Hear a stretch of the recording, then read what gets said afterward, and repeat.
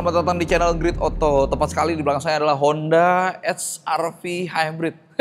Jadi banyak rumor yang beredar tentang hybrid berikutnya dari Honda dan ini wujudnya. Ternyata hybrid itu datang ke HR-V dan kami menantikannya dengan sangat antusias. Karena dia menyimpan banyak potensi teman-teman dan ketika dia menerapkan sistem hybrid itu lumayan spesial, dia punya sistem yang agak berbeda dari kebanyakan mobil hybrid lain bahkan di antara pabrikan Jepang. Dan saya pengen ulas kira-kira semenarik apa sih Honda HR-V yang sekarang sudah dengan sistem hybrid. Ini ulasannya.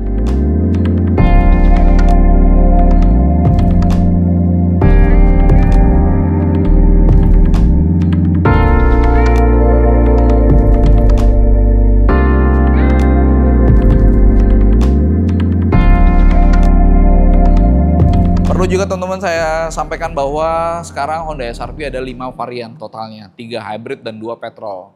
Hybrid yang paling representatif adalah ini RS, paling tinggi, lalu ada modulo, lalu kemudian ada yang ini nih, yang HR-V hybrid namanya, padahal semuanya hybrid. Lalu kemudian ada yang 2 petrol, E plus dan E. Jadi buat penikmat mesin bensin masih dijual dan masih bisa dimiliki. Oke, hybridnya Honda itu menurut saya menarik karena beda dari yang Suzuki Grand Vitara yang mild hybrid, lalu kemudian beda juga dari Toyota Yaris Cross Hybrid atau dari Nissan Kicks e-Power. Dia e-HEV kalau dalam nomenklaturnya Honda itu punya sistem yang menurut saya agak unik. Tetap dengan 2 sumber tenaga utama, mesin bakar dan motor listrik. Yang menjadi utama adalah justru motor listriknya teman-teman. Karena secara output pun memang lebih besar dari mesin bakarnya. Dia 130-an PS dengan torsi 250-an Nm. Makanya nggak heran kalau dia jadi sumber tenaga utama si motor listrik. Nah, keunikan adalah power flow-nya, sistem pembagian tenaganya. Jadi sebagai sistem penggerak utama, motor listrik itu bekerja starting dari kecepatan rendah, di kecepatan rendah, di kecepatan menengah. Karena motor listrik bisa lebih efisien di situ, hemat energi. Lalu di kecepatan tinggi yang konstan, mesin bakarnya mengambil alih nih. Sehingga dia cruising itu dengan mesin bakar aja. Gitu. Jadi Honda melihat bahwa dengan mengambil yang terbaik di momen-momen tertentu aja itu akan lebih menghasilkan keiritan bahan bakar yang lebih baik. Dan kalau misalnya ada skenario, misalnya pas lagi cruising di kecepatan tinggi yang konstan di tol gitu ya kayak Trans Jawa, lalu pengen nyalip kendaraan di depan ada bis atau truk gitu ya, maka sistem secara otomatis langsung memindah untuk motor listrik yang menggerakkan mobil. Jadi nggak ada tuh skenario antara mesin bakar dan motor listrik bekerja secara simultan untuk menggerakkan mobil. Benar bahwa mesin bakar juga bisa nyala ketika di kecepatan rendah dan menengah. Tapi itu fungsinya hanya untuk mengisi baterai, bukan untuk menggerakkan mobil. Gitu. Kita sudah coba di CR-V Hybrid dan di Accord Hybrid, hasilnya memang luar biasa teman-teman. Efisiensinya enak banget dan ya sistem yang menurut saya oke ya untuk mendapatkan semua kebaikan di dua dunia, efisiensi dan akselerasi yang menyenangkan. Gitu.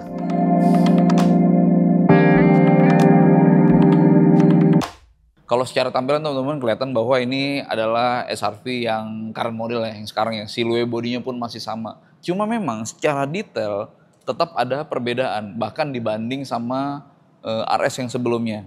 Dari bentuk grillnya, dari bentuk bumpernya pun ya kelihatannya ini lebih segar. Hybrid tercitra sebagai mobil yang dekat dengan efisiensi bahan bakar.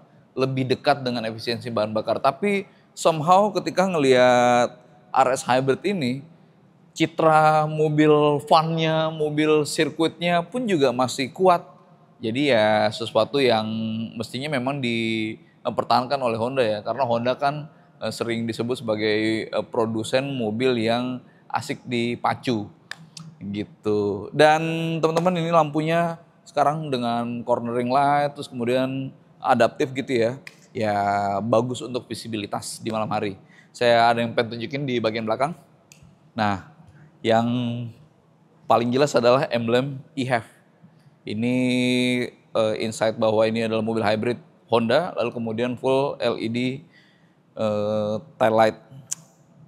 Saya sebenarnya nggak begitu antusias dengan chrome ya teman-teman, cuma chrome yang masif ya dari kiri ke kanan menyambung gitu kayak LED-nya, menurut saya sih efektif ya, ngebuat dia kelihatan jadi lebih mewah. Kalau menurut teman-teman gimana? Chrome yang di depan sama yang di belakang atau dimanapun yang ada di mobil ini, oke nggak kelihatannya? Secara keseluruhan desainnya jadi lebih menarik.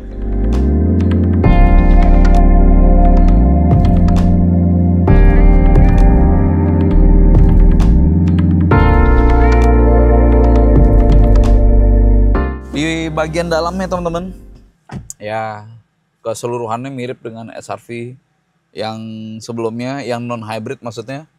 Dan itu sesuatu yang menyenangkan teman-teman.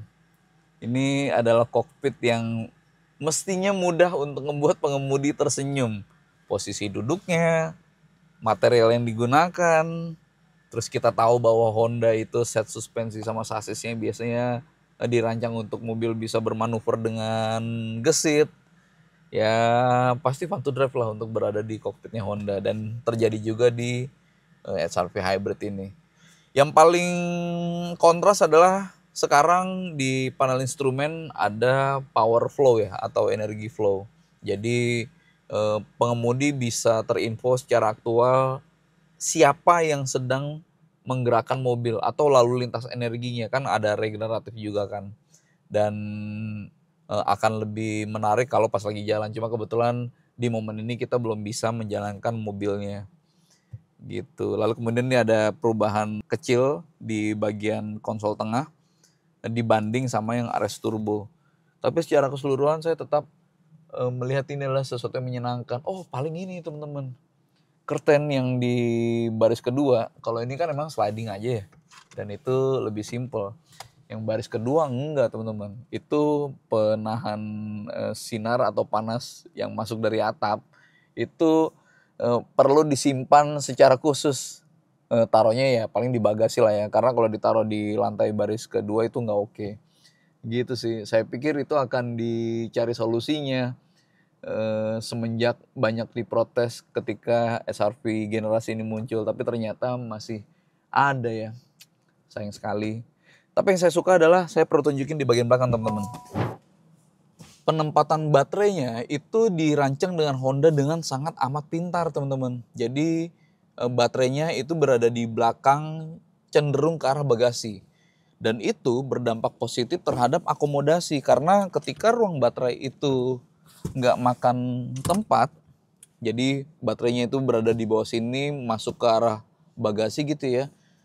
Untuk akomodasi barang-barang yang tinggi itu masih bisa, kalau istilahnya tall mode gitu ya, mode tinggi gitu masih bisa nih, misalnya pot bunga yang tinggi atau apapun objek yang kira-kira akan makan tempat secara dimensi gitu masih terakomodir dengan baik. Dan ini yang selalu saya suka dari sistem pelipatannya Honda dari dulu, dari Honda Jazz pun juga gitu.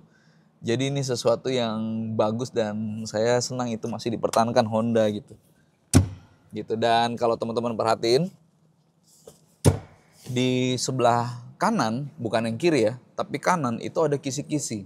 Dan ini bukan dekorasi, ini fungsional untuk jalur udara mendinginkan baterai. Dan saya pastikan bahwa ini nggak pakai fan, jadi nggak akan ada bunyi dengung ketika fan menyala. Jadi ya dinginnya dari dingin kabin yang pakai AC, lalu kemudian masuk dari kisi-kisi ini untuk mendinginkan baterai. Gitu. Teman-teman mau tahu baterainya di mana sih sebenarnya? Nah ini di bagasi, ayo sini. Nih, jadi ruang akomodasi fine menurut saya, nggak sempit, nggak lega, biasa saja, ini oke. Cuma kalau ditanya penempatan baterainya di mana, di sini teman-teman. Jadi kalau diangkat gitu ya lantainya, kelihatan laci atau kelihatan kompartemen yang tersisa hanya segini, karena di 2/3 depan itu baterai. Menurut saya ini pun fine. Karena apa? Karena pun ini juga bisa dilipat untuk ekstra kargo. tetap dengan kecerdasan Honda untuk mengakomodir barang-barang yang berdimensi besar.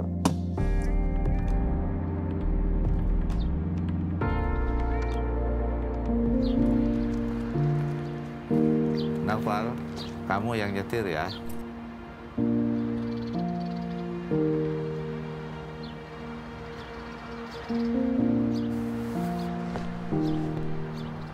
Ya, nggak apa-apa.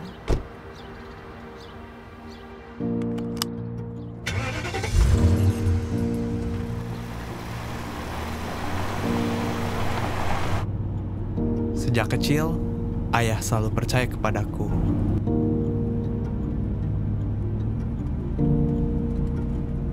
Ayah selalu mendukung apapun keputusanku.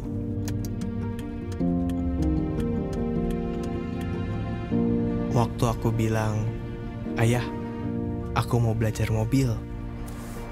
Ia tersenyum. Dalam senyumnya, aku menerima rasa percaya yang tulus. Gimana? Siap? Siap.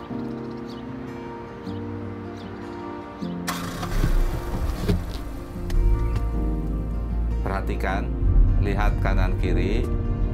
Nah, baru belok ke kiri. Stop. Oke.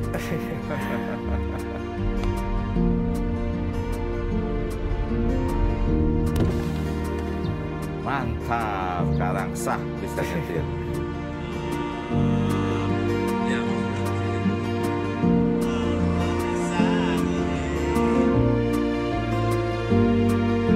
Mulai hari ini, dalam setiap langkah, aku tahu ayah akan selalu ada di sampingku. Tadi teh enak kayaknya.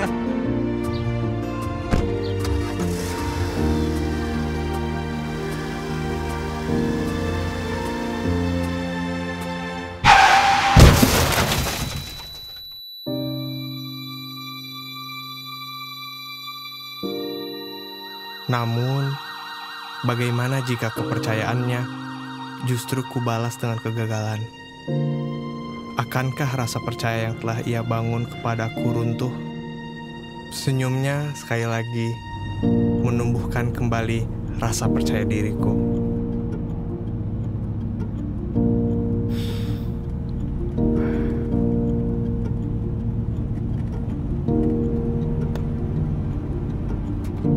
Ya, aku aja yang nyetir. Oke.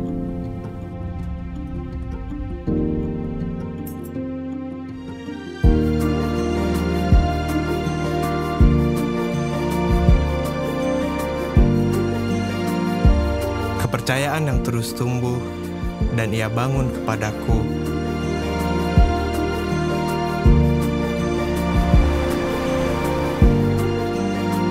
membuatku merasa tenang dan aman. Ternyata aku dan ayah punya perasaan yang sama, perasaan aman dan percaya.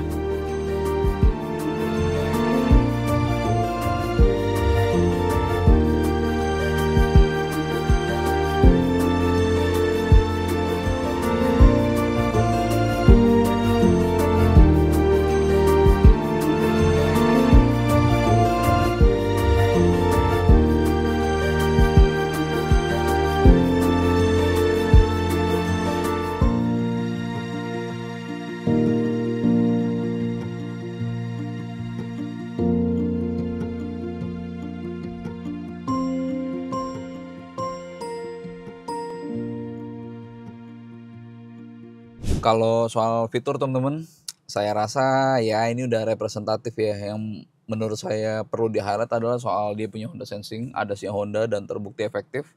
Dia ada lane keeping assist, ada partial warning juga, lalu kemudian ada pengereman secara otomatis kalau misalnya ada potensi tumbukan, lalu ada Honda Connect juga yang telematika yang bisa mengkoneksikan mobil dengan HP si pemilik. Dia bisa memantau atau bisa mengontrol bahkan menyalakan mobil secara remote via aplikasi via HP. Lalu kalau di convenience-nya kelihatan di sini ya. Ini saya benar-benar ngerasa bahwa ini adalah mobil yang memang berkualitas secara material dan konstruksi. Kepresisiannya, material yang digunakan itu menurut saya adalah mobil yang representatif.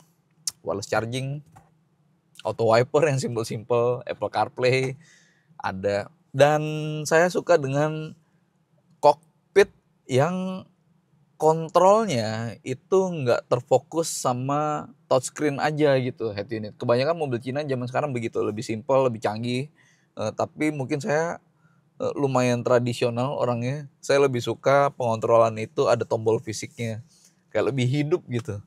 Ada drive mode jelas ya, oke lah ya. Nah ini bukan transmisi yang naik turun teman-teman, bukan perpindahan kecepatan, melainkan ini membesar kecilkan deceleration regeneratif, bukan brake regeneratif ya teman-teman ya, tapi deceleration. Kenapa itu perlu dijelaskan? Karena mungkin ada juga yang menyamakan bahwa brake dengan deceleration regeneratif itu sama, padahal beda teman-teman.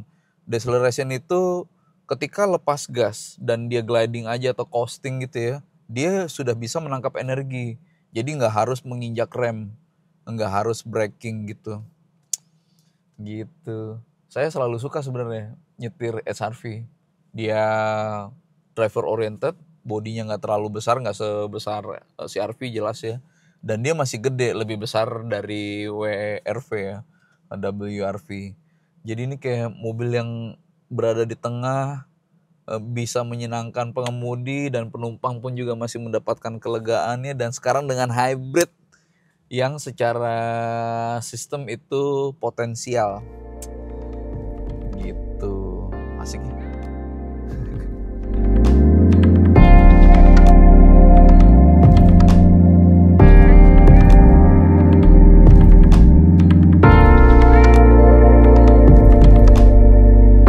Dan teman-teman sekarang kita bisa sampai pada akhir ulasannya. Yang pasti HR-V sekarang total ada 5 varian, 3-nya hybrid dan 2-nya yang petrol. Yang hybrid dimulai dari ini, representasi terbaik RS. Lalu ada modulo, ada HR-V hybrid biasa, dan yang petrol ada E Plus dan E.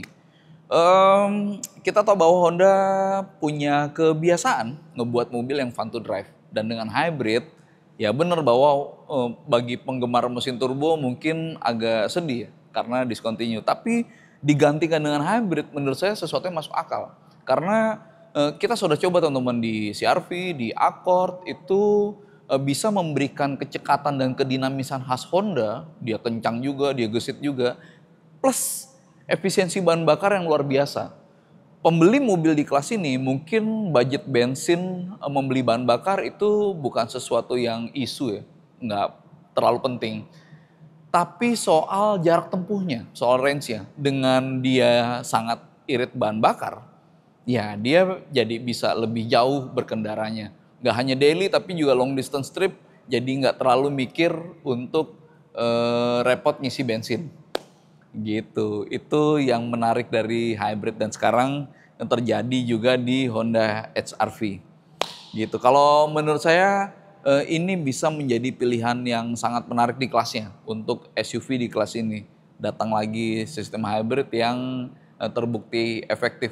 Pun dengan sistem hybrid yang tadi saya jelaskan itu agak beda, agak lain dibanding beberapa rivalnya dari Suzuki Grand Vitara hybrid misalnya dibanding Yaris Cross hybrid misalnya, ini agak beda. Dan nanti kita akan lanjut di pengetesan yang lebih lengkap. Kita akan ulas kira-kira seberapa irit dia, seberapa menarik dia, dan fitur-fitur lain yang juga perlu dikulik lebih jauh.